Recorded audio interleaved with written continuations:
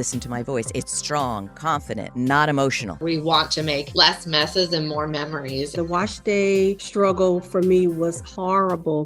I'm Richard Gearhart. And I'm Elizabeth Gearhart. You just heard some snippets from our show. We had amazing people on. Listen for the rest of it. Want to patent your invention? The chance is near. You've given it heart. Now get it in gear.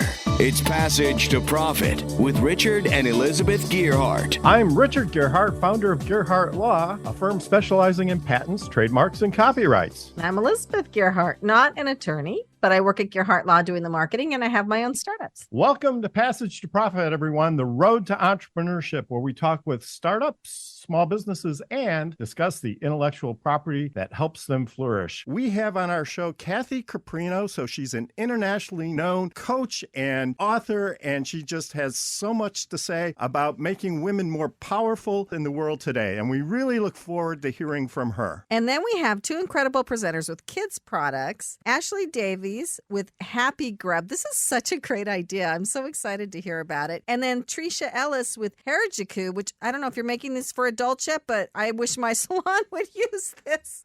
So we'll hear all about it when it's their turn. It's time for IP in the News. And who is our IP in the News topic today? Well, Universal Studios in Florida, their theme park, they filed a bunch of trademarks, and Richard Bilbao, a senior staff writer at Orlando Business Journal, was wondering if this might be a clue to some of the rides that are coming. Ah, so trademarks are a preview of what's to come. Very interesting. Yes. So my favorite one is Starfall Racers. It might be a roller coaster. That sounds so cool, doesn't it? Right. I love roller coasters, and the theme parks, especially in Florida, have like some of the most amazing roller coasters ever. I remember taking our kids there, right? Yes. And just going on the same roller coaster like 85 times. They just couldn't get enough. It was absolutely an amazing time. I remember on Spider-Man, we're going up, up, up, up, up, and I'm thinking, we're going to have to come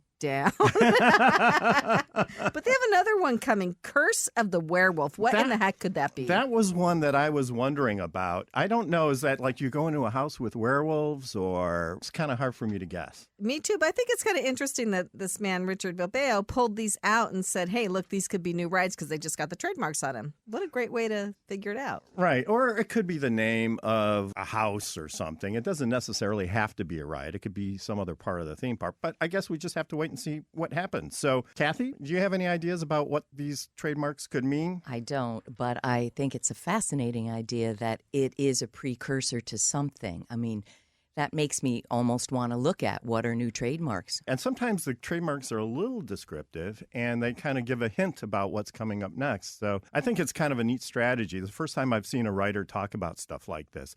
Kenya? Is there a classification for like roller coasters and things of that nature? Well, there's a classification for everything in the trademark register. And unfortunately, I didn't look up the roller coaster classification before I came today.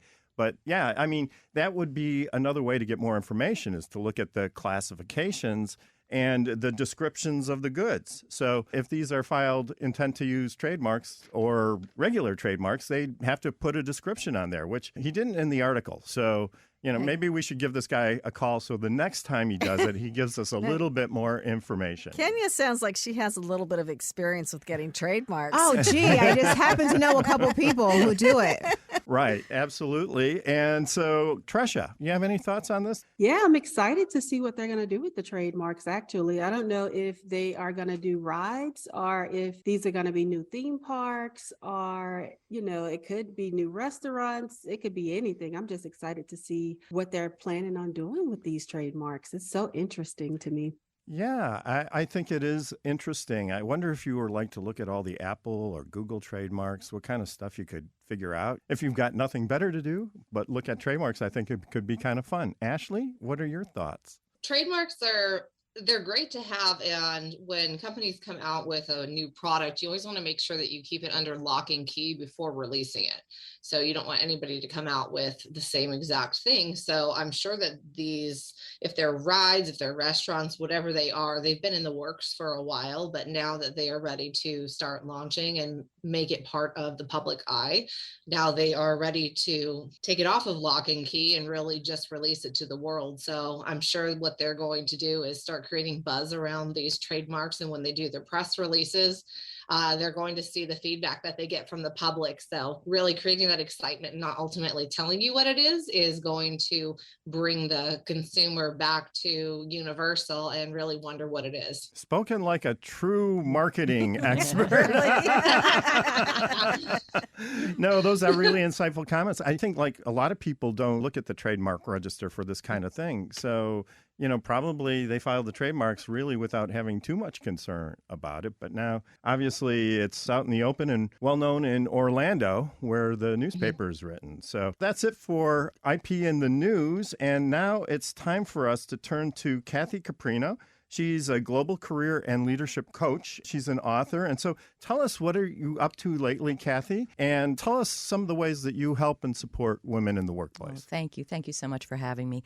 So I need to say it's been a motley career, all of which I'm leveraging now. But I was a corporate VP, and then that ended in a very difficult way after 9/11. And then I became a therapist. That has been the most transformative experience, working with really difficult, hard things. But I've been coaching women for 16 years all around the world. And what I'm focused on now is, I would say a few years ago, I said to myself, what is going on that no matter where these women are calling from, no matter what industry, field, level, socioeconomic level, they're bringing the same exact challenges over and over. And I said, let me figure this out. And what I saw was they are missing two things. They're missing the bravery to face head on what isn't working and take accountability to change it. And they're missing power, internal power, and access to external power. And, as a writer, I have a Forbes blog and I do a lot of writing. I said, let's dimensionalize this a little more. What kind of power? What are they missing? So my latest book, The Most Powerful You, is about the 7 damaging power gaps. And I think, if we discuss them, heads will nod, because I did a survey. 98% of women, 1,600 women answered, have at least one of these gaps, and 75% have 3 or more.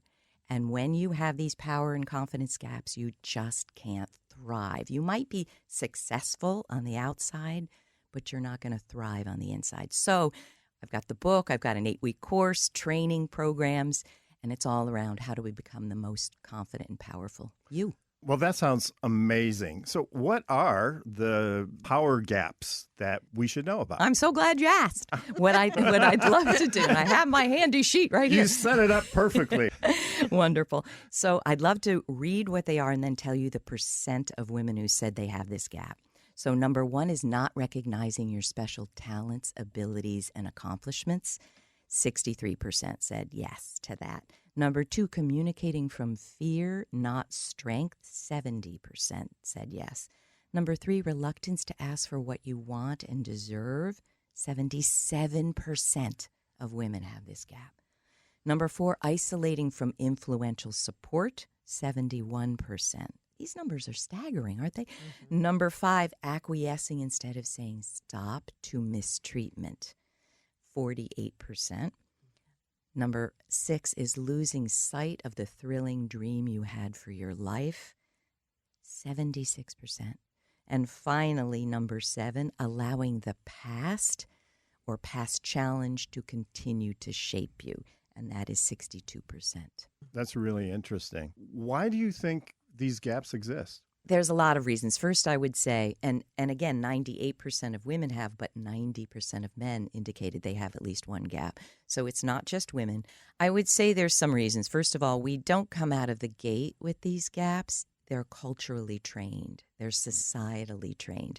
Mm-hmm. So, for instance, I'm half Greek, half Italian. And in that culture, you don't challenge your elders. So I grew up, and Mom knows that, it's in the book.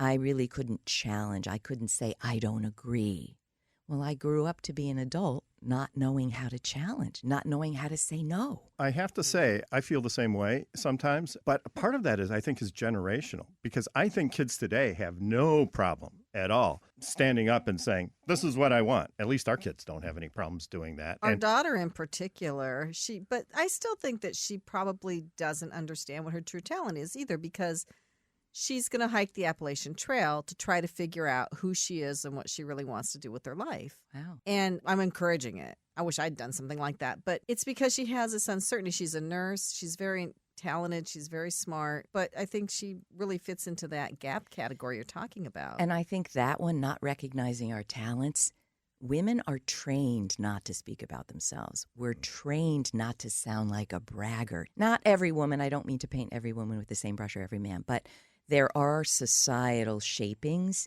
Don't sound like a braggart. Don't take credit. Don't put yourself first. The whole journey here is to recognize how you're amazing, and everyone is amazing. Everyone is special, but they don't know it. And the other thing is, when you're really good at something and it comes naturally, you might love doing this, in front of the camera, in front of a microphone. Another person would be sweating bullets and scared to death, but it might come very naturally to you.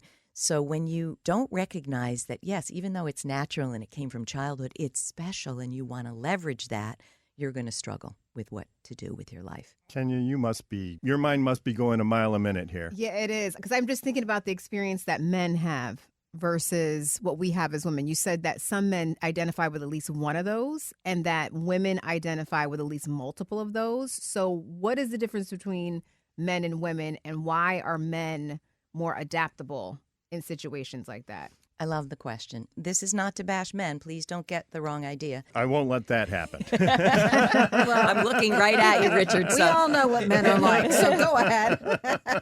Especially in the business world, it's a patriarchal world.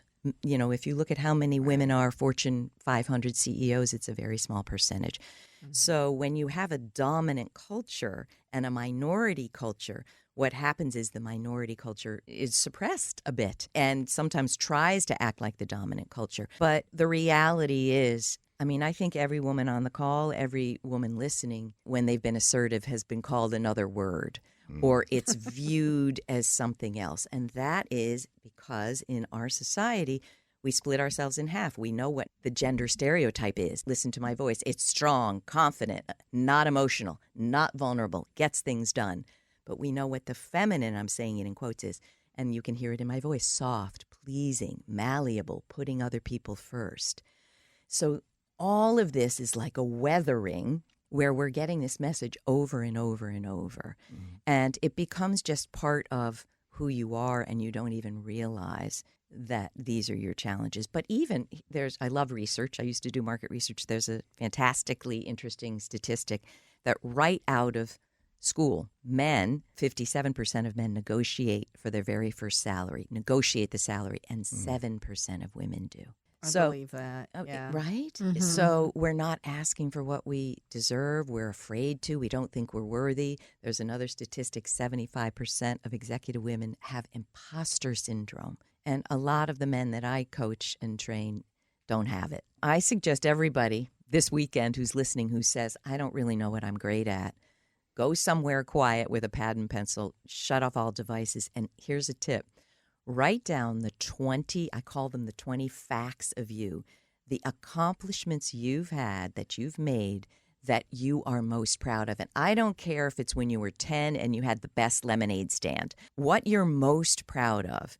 And then what you want to do is dimensionalize what are the skills and talents that I have that I could achieve that. What has allowed me to have a podcast or write a book or coach 20,000 women? What exactly? And I promise you, when you sit down and embrace that, yes, you did this. Sure, your team might have helped, but these are the things you did that you're proud of. You're going to begin to see that you belong where you are. It's not imposterism. You really have earned where you are, and now how can I leverage that more fully? That's a really inspirational message. And I do think for myself, when things get a little on the rough side, I'll go back and I'll do an inventory of things that have gotten me to this point. And usually if I'm upset, it's because I forget how far I've come, and instead I'm looking at where I think I should be. But if you can go back and just focus on what you've done so far, a lot of times that's revitalizing. And it's great to think of the gap because you want to stretch yourself into it, and you're going to be uncomfortable doing these things. But if you live only in the gap, I think you're absolutely right. You're going to always feel less than. You know, a lot of clients come to me and say there's age bias, there's gender bias. And I say, yeah, it's out there in the world, but we're not going to sit back and just ascribe our lack of moving forward to that 100%. The difference, however, is I work with mid to high level professional women. When you've had consistent, repeated, over and over, like in my 18-year corporate career, there was sexual harassment, gender bias, gender discrimination, toxic colleagues, narcissistic bosses, chronic illness, zero work-life balance, and it wasn't random, it continued. When you have that, what happens is your confidence gets rocked because you think, this must be me. Something's wrong here. If you talk to, as I do, thousands of women, you'll see that there's a reluctance to say, I am great at this. I am good at this.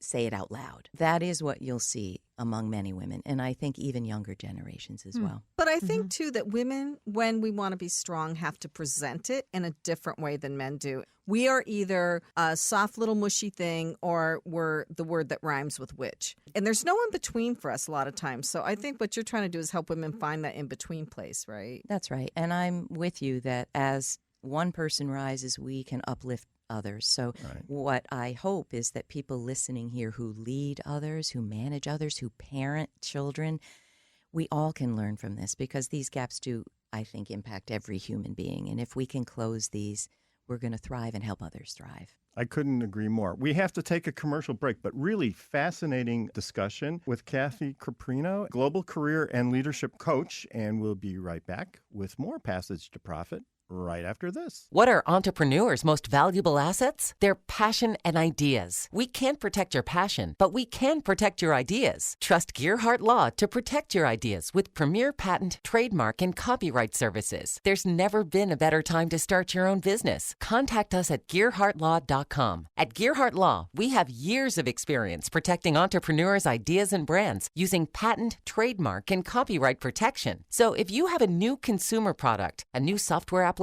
that you're planning to build or sell, or a brand or company name that you want to protect, contact the experts at Gearhart Law. www.gearhartlaw.com. Don't let the wrong protection strategy ruin your business. All of our attorneys are passionate about protection and are licensed and qualified to represent you before the United States Patent and Trademark Office. Don't start your project without calling us first. Contact Gearhart Law on the web at GearhartLaw.com. Together, we can change the world. This ad has been read by a non-attorney spokesperson.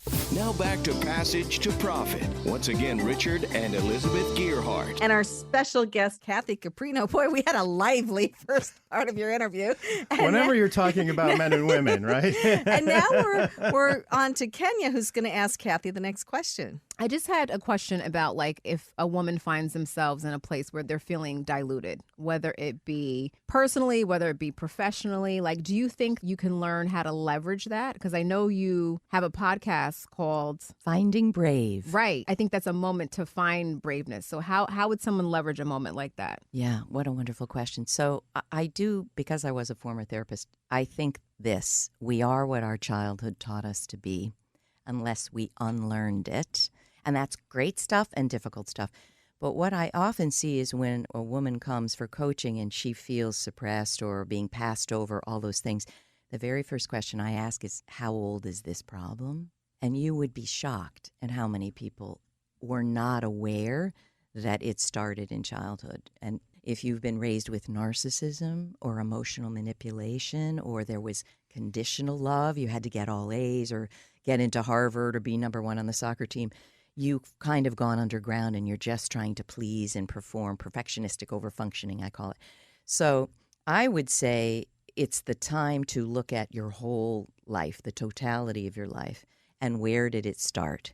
And then sometimes therapeutic help is important. But what you want to do is first be aware of it. Greater awareness equals greater choice. How can we change anything if we're not aware? So let's get aware of what are all the contributing factors. And sometimes it's what we're holding inside, and it's not necessarily the environment or the job.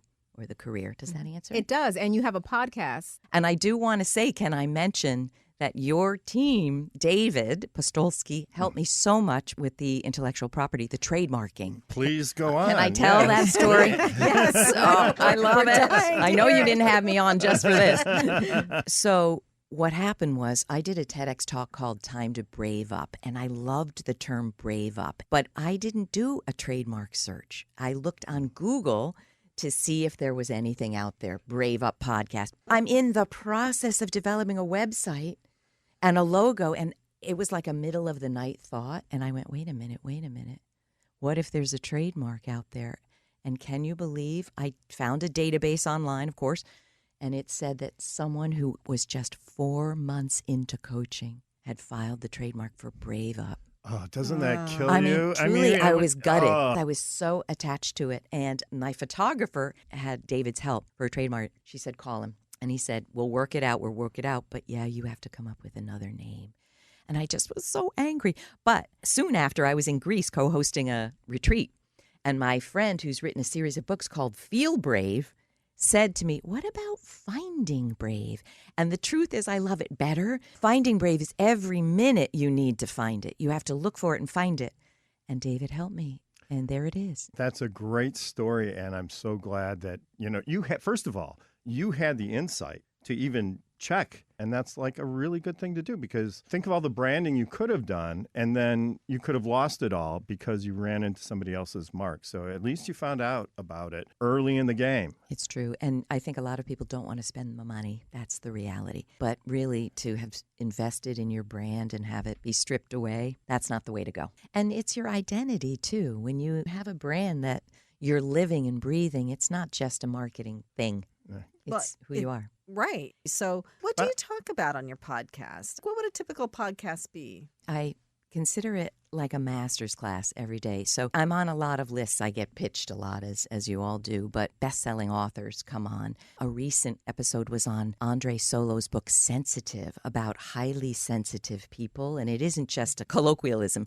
There are scientific traits, research traits on what it is to be a highly sensitive person and how it can be very difficult if situations aren't conducive to that person being able to be who they really are. So it's Andre, it's Pulitzer Prize winners, it's leadership experts. So what's really fun is I hold it like they're over for dinner.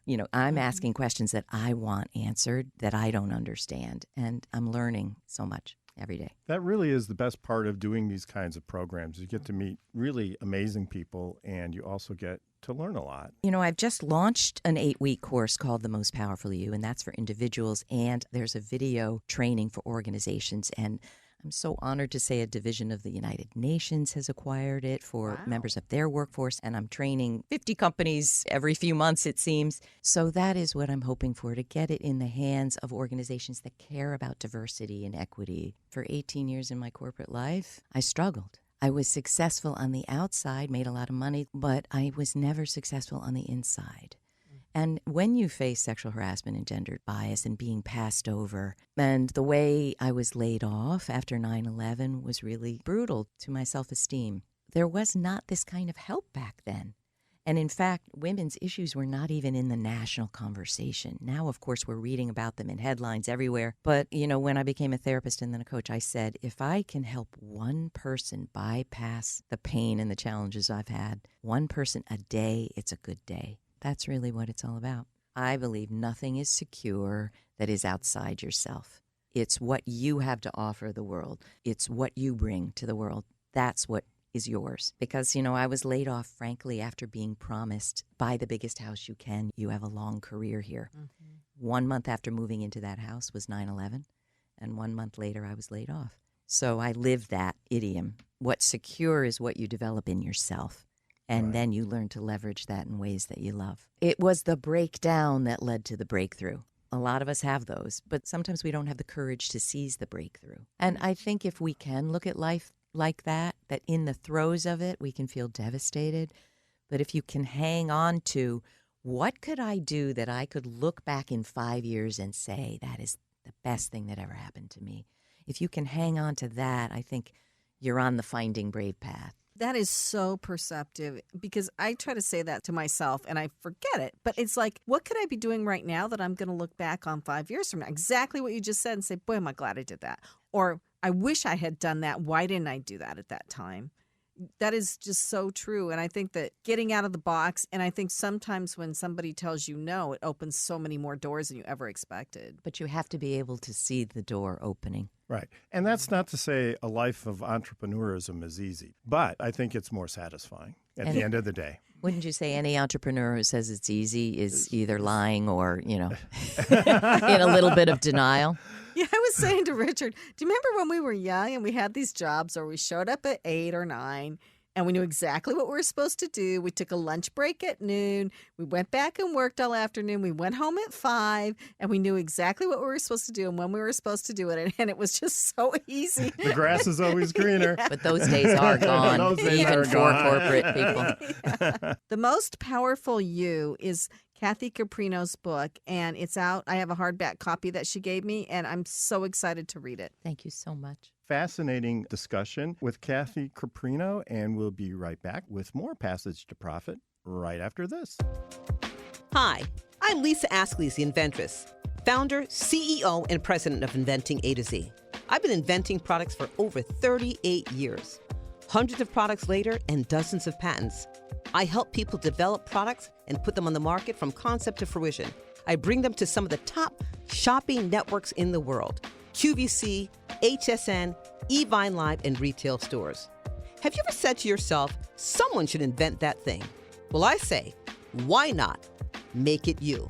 If you want to know how to develop a product from concept to fruition the right way, contact me, Lisa Askley's the Inventress. Go to inventingatOZ.com, inventingatOZ.com. Email me, lisa@inventingatOZ.com.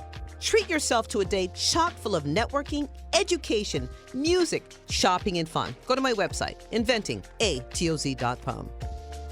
Passage to Profit continues with Richard and Elizabeth Gearhart. Special guest, Kathy Caprino, and we just heard from her really amazing information about empowering yourself, empowering women, and she has a lot of great advice. She also has a new book, The Most Powerful You, so make sure you check that out, and also check out her podcast, Finding Brave. Now it's time for Kenya Gipson here with her Power Move segment. Who's on Power Move today, Kenya? So for Power Move today, we have Mandy Bowman. She is the founder and CEO of Official Black Wall Street. It's an innovative marketplace app that is now the fastest growing platform for finding and supporting Black-owned businesses in the United States. And she's already circulated more than $10 million in sales and business to services and put that back into Black-owned businesses in the community. So I thought that was creative and clever and very supportive. That's really cool that she's doing that. Mm-hmm. Thanks for highlighting her today. And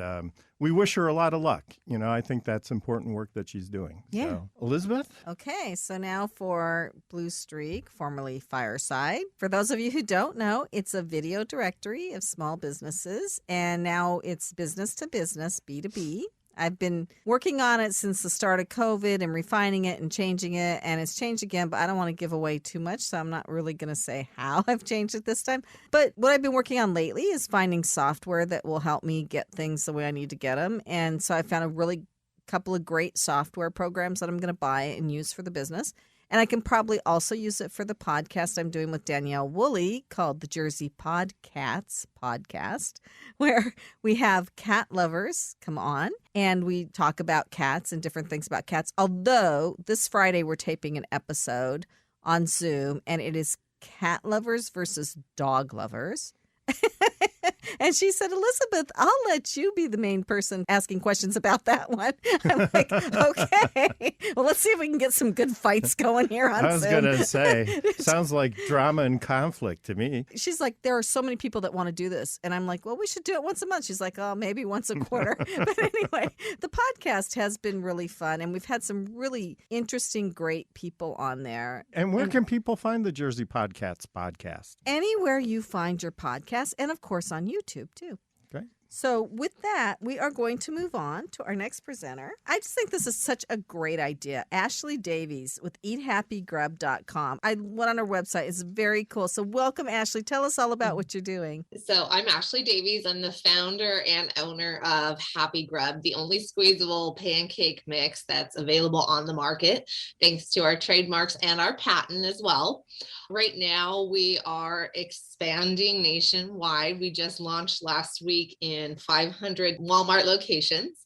So super excited to get our product out there and become a household name. It's definitely something that has taken a lot of hard work, determination, and a lot of R&D behind the scenes. So yeah, super excited to be at the point where we are today. And we are just having a great following of customers who are just finding us in all these different stores and locations. And we look forward to the next step in Happy Grub and really bringing everyone, like I said, Happy Grub to their house and becoming that household name. It's a dry pancake mix in the bottle. So all you need to do is add water to it. You shake it and you squeeze it onto a pan. It comes in 4 different flavors. It comes in buttermilk, apple cinnamon, yummy banana, and whole wheat. The ingredients in the bottles are only organic and natural ingredients. So I wanted to make sure that the recipe would be something I would want to feed to my children, and also that I would feel comfortable serving and giving to children everywhere. So I wanted to make sure that we only put the highest, most premium ingredients in there for our children and parents alike, because the day and age that we're in, parents are looking for that premium organic ingredient in everything that they're purchasing. So I wanted to make sure that we followed along with that and make it easy and fun for kids and parents everywhere. We want to make less messes and more memories, and that's where Happy Grub comes in. Have you tried this on your kids? I do. When I started this company, I did it because I became a mother, and I found that there was not an easy enough or convenient way to make mealtime less messy and more fun for my kids. I do have 2 children. Right now, they're 4 and 5 years old. They were 2 and 3 when I first developed the product. As everyone knows, pancakes can be messy, so we wanted to make sure but that's part of the fun, right? No. Pancakes are not. Have you cleaned your pancake bowl after it's sitting out? It's been a while. But we've started having, we had pancakes like a couple of weeks ago, right? We did, but we didn't have little kids throwing the dough everywhere. Yeah.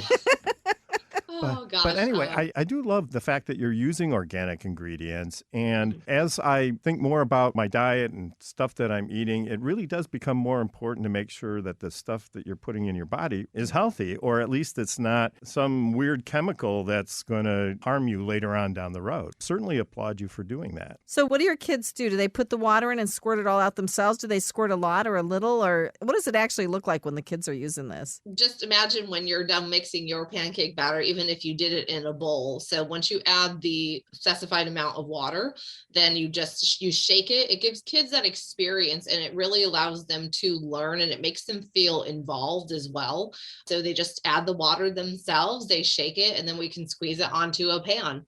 So you could make simple Mickey Mouse shapes, anything like that. Kids love to be involved, and we definitely want our children to be involved in every aspect of our life. But really, when it comes to the kitchen, it's very messy, and there just isn't an easy enough way for them to do it. So that's why I wanted to make sure it was easy enough for kids everywhere to help their parents make their breakfast, or heck, you can have breakfast for dinner too. So whenever you feel like you want pancakes. Pancakes are my favorite thing, and I often will have pancakes for dinner. But one of the things I love... Pancakes for dinner? Yes. Especially when I was a kid, it was like such a delicacy. No, there's totally for breakfast. No. You can never eat pancakes for dinner. All the time.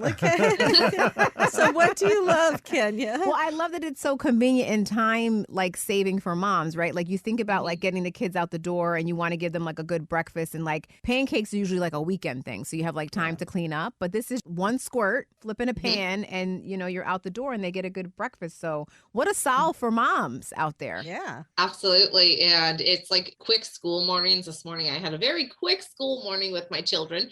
So thank goodness I had Happy Grub in my pantry.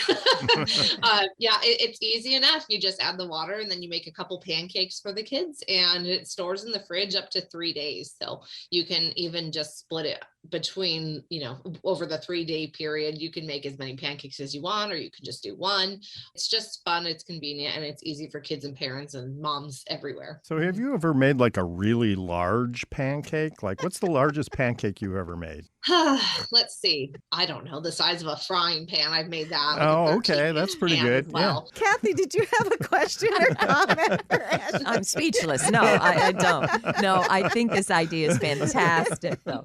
My kids are grown, 25 and 28, but pancakes are a part of our happy memories for sure. So wonderful. Congratulations to you, Ashley. Yes. So I know there's a lot of pancake products that are in the marketplace, and obviously you stand out, and this is something different. Do you feel like there's any old school brands that have inspired you in terms of your marketing and how you plan to position yourself in the marketplace? So I come from the world of retail. I'm used to the customer interactions constantly, and I've worked with a lot of kids in the retail world. And even when parents come into whatever retail store I was working in at the time, kids, the first thing that they go to is the register, and the first thing they notice is the candy and the colors, and really just focusing on that. So I wanted to build this brand of Happy Grub based around kids and what we want for them as parents, and just the brightness, the colors. If you look in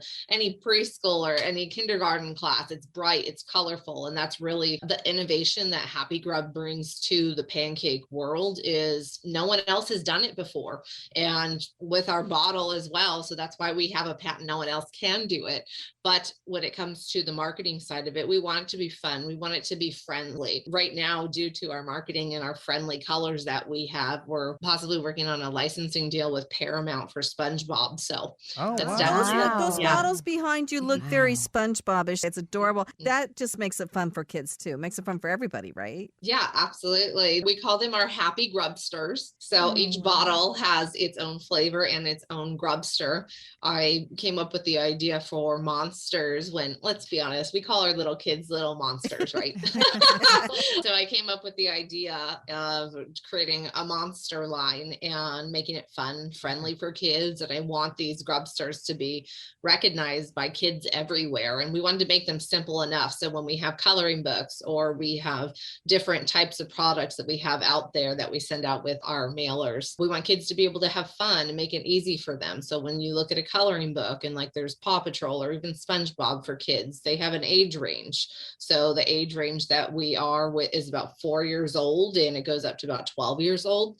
But we want them to have fun. We want them to recognize them. So everything is carefully thought out before we've launched it out into the retail world. Wow. Well, pancakes should be fun. They're like one of the funner foods that you can have. I mean, Brussels sprouts, broccoli, healthy, but not necessarily fun. Pancakes are fun. So, Pancakes are fun. But can you put blueberries in these things when you're cooking them too? Yeah, you can do anything that you want with them. So once you mix with the water, it squirts out. Then you can put blueberries onto the pan. We've done apples. We've done strawberries. You can put any topping that you want. Yep, you can do chocolate chips, bananas, and it makes waffles as well. So even if you have a waffle maker, you can squeeze it into a waffle maker. And then even what I do is I'll make the entire bottle all at once in mini waffles. I'll put them into the freezer. Then the next day, it's even easier for breakfast. Just pop them in the toaster, and then breakfast is ready, and it could be on the go if you're really running behind. I think Kathy has a question, right? I do. Yeah. Ashley, I'm looking at your characters here. And first of all, I was a marketing person. You have clearly a strong marketing sense, because you're thinking of all these ways that your product will get in front of children and in front of parents. I'm just wondering, did you hire an illustrator for these adorable Grubsters? We have an in-house team that we work with, and that's what we've developed. We've developed our first mood board, and then we continued to grow from there. The direction that we wanted to go was with the monsters. I knew I always wanted monsters, and just bringing them to life and adapting and changes here and there, like make the eyes bigger and make the teeth a little bit smaller. So yes, it was all part of our in-house. I love the extensions. Obviously, good. there's merchandising. It's brilliant. Mm-hmm. What were you doing before Pancake Mix? I was a store manager in the retail world. So I don't have any prior education into the CPG world or even business management. I'm self-taught. And the way that I wanted to develop this product is, one, I wanted to be the inspiration to moms and parents everywhere. So they hopefully realize you don't need to have a degree that specializes in building products and creating brands. I listened to podcasts, read books. I definitely did every tutorial out there when it comes to building a brand around the CPG world. So all self-taught. I'm a mother of 2. And when I developed it, they were toddlers, they were babies, and they were still in diapers. So it's very possible. And I do get the question, well, how is that possible?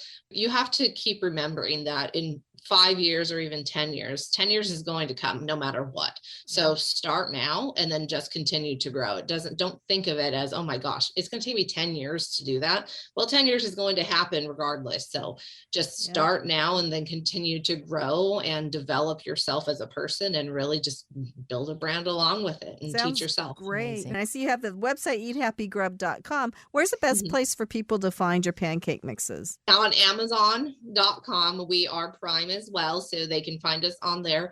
We just launched in over 500 different Walmarts across the U.S., in Texas and in California. Those are our 2 main states. But currently we're in over 1,000 retailers across the U.S. and we're continuing to grow. So check out your local Walmart. Walmart has specialized pricing as well. And we are looking forward to growing. And shortly you will also see Happy Grub on a national platform. So that's super exciting. And then we'll continue to expand from there. Great. Well, thank you very much, Ashley Davies. Now, LaTresha Ellis has been waiting patiently, and I want to introduce her next.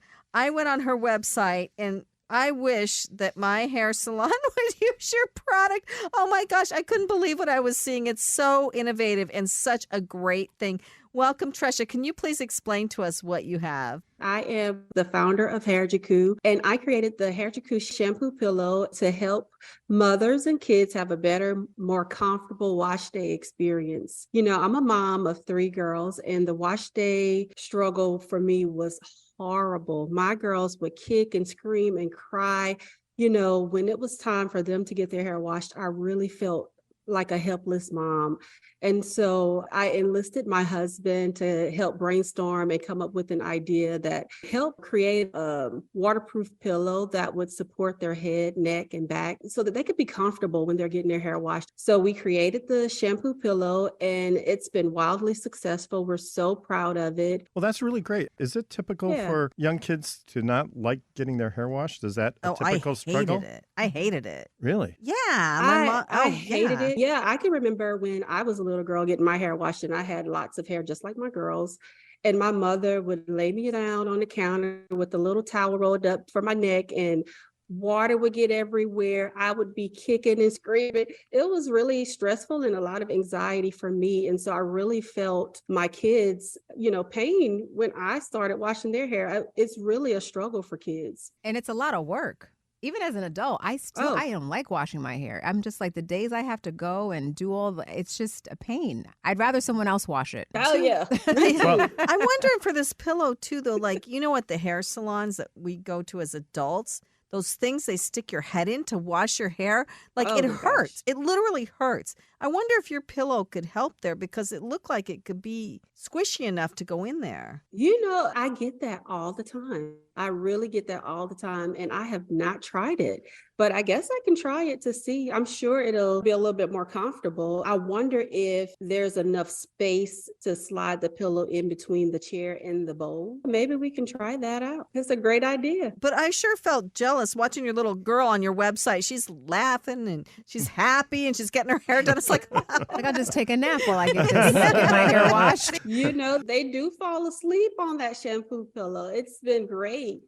They fall asleep. They really enjoy it. I just had a question. Was it easy or hard for you to get a patent on this? Here's the problem. I sat on this idea for years. And when I finally got the courage to go ahead and move forward, someone released a similar product. I don't have the patent for it yet. I'm in the process of getting a patent for it. But I will say that it was difficult, and it was difficult because I sat on the idea and allowed somebody, I think they went and applied for their patent maybe a week or two before I applied for mine. I just didn't do it in the right timing. Well, don't give up hope, because you have David working on it for you from Gearhart Law. Our attorneys have little tricks. Yes, David has been great.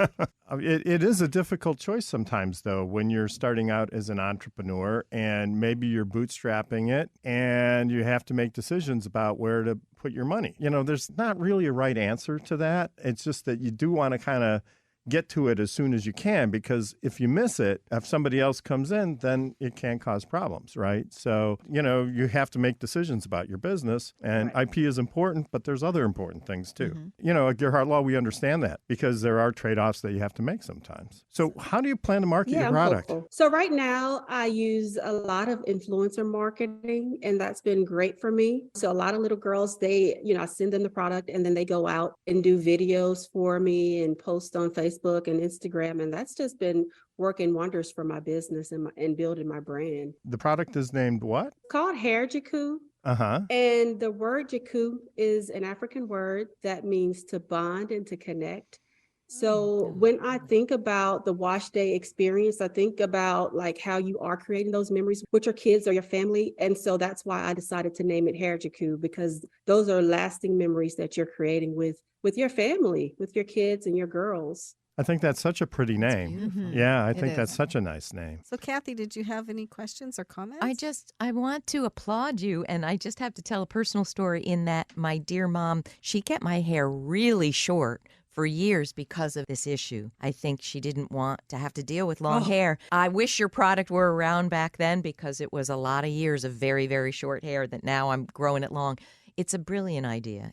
And I love that it comes from your wish to help other moms and other families have more joy for washing their hair in bath time. Bravo to you. Love it. That's what innovation is all about, is taking day-to-day things that are just difficult and then finding solutions to them is wonderful. And that's what Passage to Profit is all about. It's all about trying to bring these ideas to a larger audience and hopefully inspire some people who have some ideas to get out there and try something. Tresha, where do people find your product? So I'm only selling it on my website right now, and that's hairjikoo.com. So they can get it there. Okay, and that's spelled HAIRJIKOO.com. And are you selling a lot of them now? Do you have a big inventory too? Yeah, I'm selling pretty good right now. Are you doing it all yourself? All myself.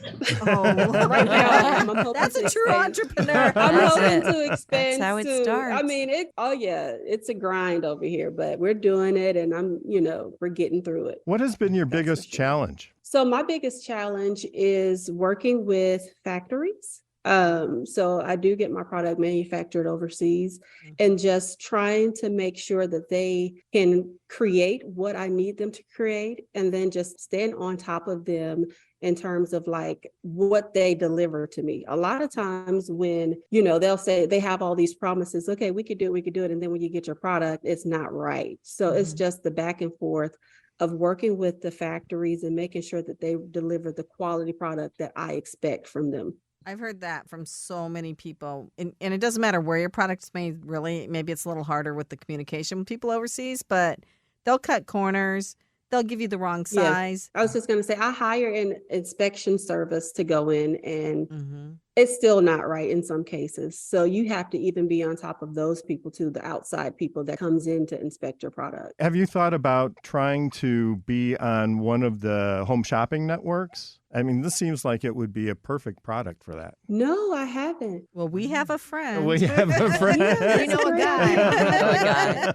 What Tresha has is a hair washing aid for little girls, and it's called Hair Jikoo, HAIRJIKOO, and it's a waterproof pillow, go to her website and see it and order one while you're there. Passage to Profit, Road to Entrepreneurship. Our special guest, Kathy Caprino, Richard and Elizabeth Gearhart, your hosts, Kenya Gipson, the media maven, and we will be right back after this. There's never been a better time to start your own business. The opportunities are infinite and only limited by your imagination and enthusiasm. At Gearhart Law, we believe the most successful companies all have one thing in common. They start with a solid foundation first. Gearhart Law has years of experience protecting entrepreneurs' ideas and brands using patent, trademark, and copyright protection. So if you have a new consumer product, a new software application that you're planning to build or sell, or a brand or company name that you want to protect, contact the experts at www.gearhartlaw.com. Our professionals will create a custom strategy designed to fit your needs and your budget. All of our attorneys are passionate about protection, licensed and qualified to represent you before the United States Patent and Trademark Office. Don't start your project without calling us first. Visit gearhartlaw.com. Together, we can change the world. Visit gearhartlaw.com. This ad has been read by a non-attorney spokesperson. It's Passage to Profit. Time for Noah's retrospective. Noah Fleischman is our producer here at Passage to Profit, and he just has a way of putting his best memories in perspective. We're just going to have to do something about all the fast advancing technology and consumer electronics out there these days. We can't even enjoy or appreciate a new gadget or device before we have to change or upgrade it without even enjoying or appreciating the one that we already have. You know, when I was a child growing up in my uncle's home in the 1970s, we had a black and white television set, and I loved it. We had friends and family with color TV, and I'd seen plenty of it, but I wasn't impressed. The Wizard of Oz looked great to me in black and white. More importantly, television was a very important part of our lives as a family unit. It gave us the chance to sit around the living room together and enjoy something without any disputes or issues. That all changed when my uncle came home one night with a brand new Zenith Chromacolor television set. It was one of those one-week trials, and it was the longest week of my life. And it didn't even last a full 7 days. No matter what was on the screen, it caused a dispute in the living room. This is too yellow, that's too blue. Can you do something about his orange hair? I was just praying for the black and white TV to come back so I could enjoy my television shows again. Well, soon I got my wish. After about 4 days, everyone got so tired of fighting, they sent the color TV out of the house. Peace at last. You know, there's advancements in radio, too. High definition, digital, all those sorts of things, and they're wonderful. But for me, I still like to listen in black and white. Now more with Richard and Elizabeth. Passage to Profit. If you missed parts of the show, you can hear the whole thing tomorrow on our podcast on passagetoprofitshow.com, our website, and just go to wherever you get your podcasts, and you can listen as many times as you like. It's now time for Elizabeth's famous question. So I am going to pose my question to Tresha first. Was there someone who was discouraging or told you don't do this or you can't do it? And what was your response? How did you power through? So there was no one that told me that I couldn't do it. However, I did not have the courage to do it myself. So that's why I sat on my idea for so many years. You know, that's one of my biggest regrets, is not having the courage to push forward and sitting on the product idea for so long. So when I finally got the courage, you know, I was so happy that I did do it, that I did bring my idea to market. And, you know, the people that encouraged me were my friends who are moms who have young girls, and they really did push me to move forward. So I really appreciate them being in my corner for that. Yay for support groups. Okay, Ashley, did anybody tell you not to do this or act discouraging, and what did you do? No one directly in my own family, but when it comes to social media, when you launch a product, there's always people out there who question what it is that you're really creating and, well, why this or the price. It doesn't matter. There's always going to be someone out there who has a problem with any product that you put out. So what I taught myself to do was, instead of taking any comments or anything like that from anybody I even spoke with, or I don't really understand the product. I think it's a mindset. You have to take the negative feedback and the negative comments and turn it into constructive criticism, and you have to build off of that. So, Kathy Caprino, did anybody tell you don't do what you're doing, or you're stupid to leave corporate, or anything like that? A lot of people did, including my former corporate colleagues. They would say, "Why do you think you have to do that?" When I studied to become a therapist. Well, you just don't get it, do you? Don't get it. And I will say, there was a couple over for dinner, and I said, I'm going to leave corporate, become a therapist, start my own practice. She said, "You're going to be burnt out and broke." And I went upstairs and cried and then served lasagna, right? But what I want to say is... Comfort food, yeah, right? there you go. Have your food. Now, when people are naysayers, I understand where it's coming from. Typically, it's jealousy that they want to be free. They want to have their own thing. Or they're fear-based. Right. That you're going to lose everything. So I take it with a grain of salt. Good for you. Good for you. So, Kenya, you have a few things going on. What do you do when people tell you, oh, you can't do this or whatever? Oh, I love when they say that, actually, because I feel that those are the people that God will allow to co-sign your calling. And to me, when people criticize or they give off negative energy, a lot of times it's self-projecting. And then it's also, I feel like it's a sign you're moving in the right direction. So I've learned how to leverage that. It's a good sign. Good for you. Richard Gearhart, patent attorney extraordinaire. When has somebody told you, don't do this, you can't do it? And what did you do?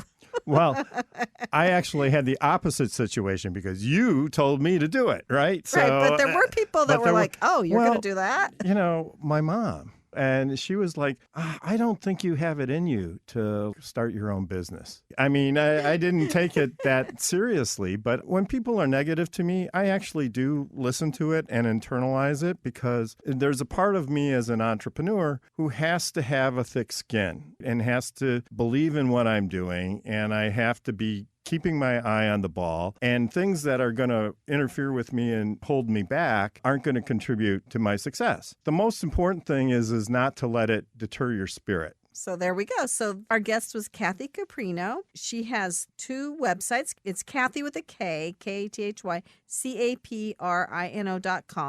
mostpowerfulyou.com, and her podcast, findingbrave.org. She's had so many life experiences that have taught her so much and talked to so many people. She can really help you get through some of the gaps that keep you from being the person you need to be, want to be, right? And then we had Ashley Davies with Happy Grub, eathappygrub.com. Really cool product for kids. Pancakes that you mix up and squeeze out for kids to use. And then we had LaTresha Ellis with Hair Jikoo, HAIRJIKOO.com. Oh my gosh, if you want to make hair washing a fun experience instead of a fight for your kids, her product is one you really need to get. It was a great show. Everybody had really cool stuff to talk about. Before we go, I'd like to thank the Passage to Profit team, Noah Fleischman, our producer, Alicia Morrissey, our program director, and Mark Wilson, our syndication manager. Our podcast can be found tomorrow anywhere you find your podcast. Just look for the Passage to Profit show. And don't forget to like us on Facebook, Instagram, and Twitter. And remember, while the information on this program is believed to be correct, never take a legal step without checking with your legal professional first. Gearhart Law is here for your patent, trademark, and copyright needs. You can find us at gearhartlaw.com and contact us for a free consultation. Take care, everybody. Thanks for listening, and we'll be back next week.